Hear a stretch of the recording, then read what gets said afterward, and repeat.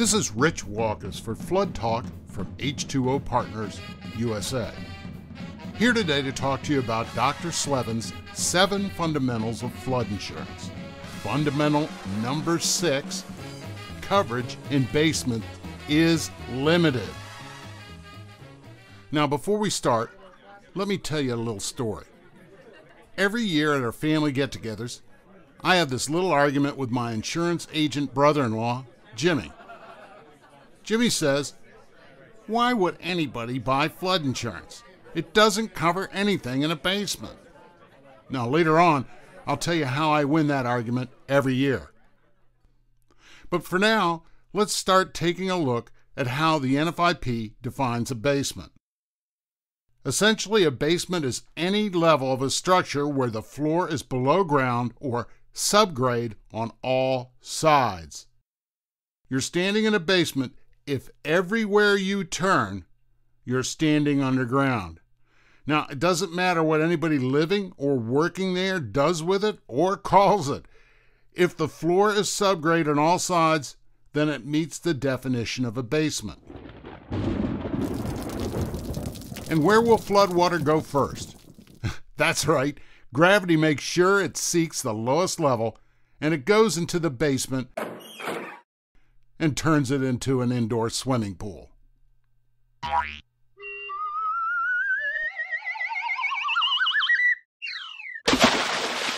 Ouch! That's gotta hurt.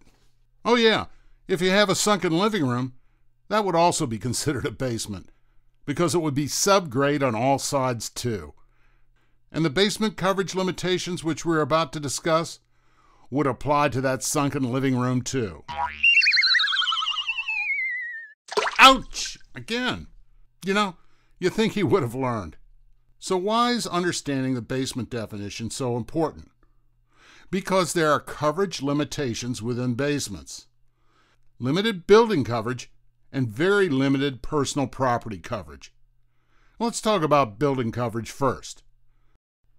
Now, if you look at the standard flood insurance policy, it lists all the building items covered in a basement with your coverage A limit.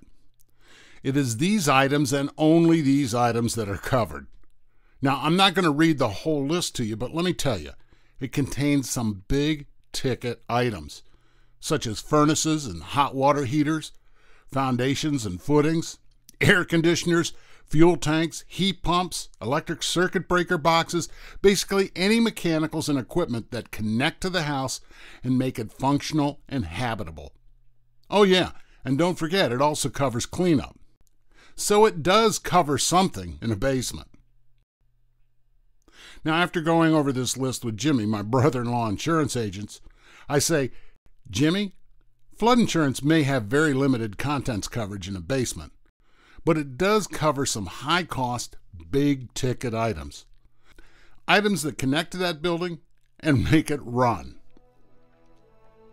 You see, Jimmy, when a flood happens, it cuts a wide swath of destruction through a community, sometimes taking out whole neighborhoods, towns, and cities at a time.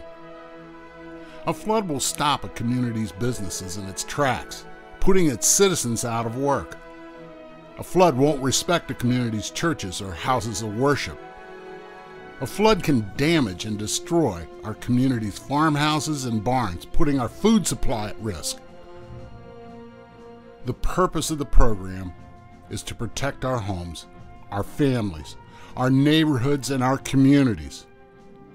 And the focus of the NFIP is on buildings, and to get that community up and running by getting commercial buildings back up and running and getting people back to work, by getting churches operational and pews filled, by getting our houses back in order, safe and clean, by getting each and every building back up and running one by one as quickly as possible.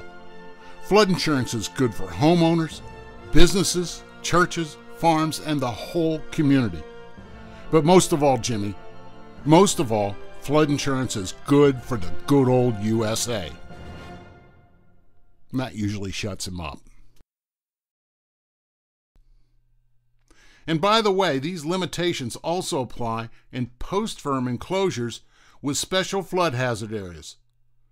Think of the beachfront property or the lakefront property where you have elevated buildings with enclosures underneath them. Those coverage limitations apply there as well. And when a building is elevated on foundation walls, these coverage limitations apply to the crawl space below. But remember, although there are limitations only in certain types of enclosures in certain zones, the basement limitations apply across the board in all zones. Now, here's a much shorter list of personal property items, contents items covered in a basement. It is these and only these items, and only if someone has purchased contents coverage. And these items are covered only if they are in their functioning location and plugged into a power source.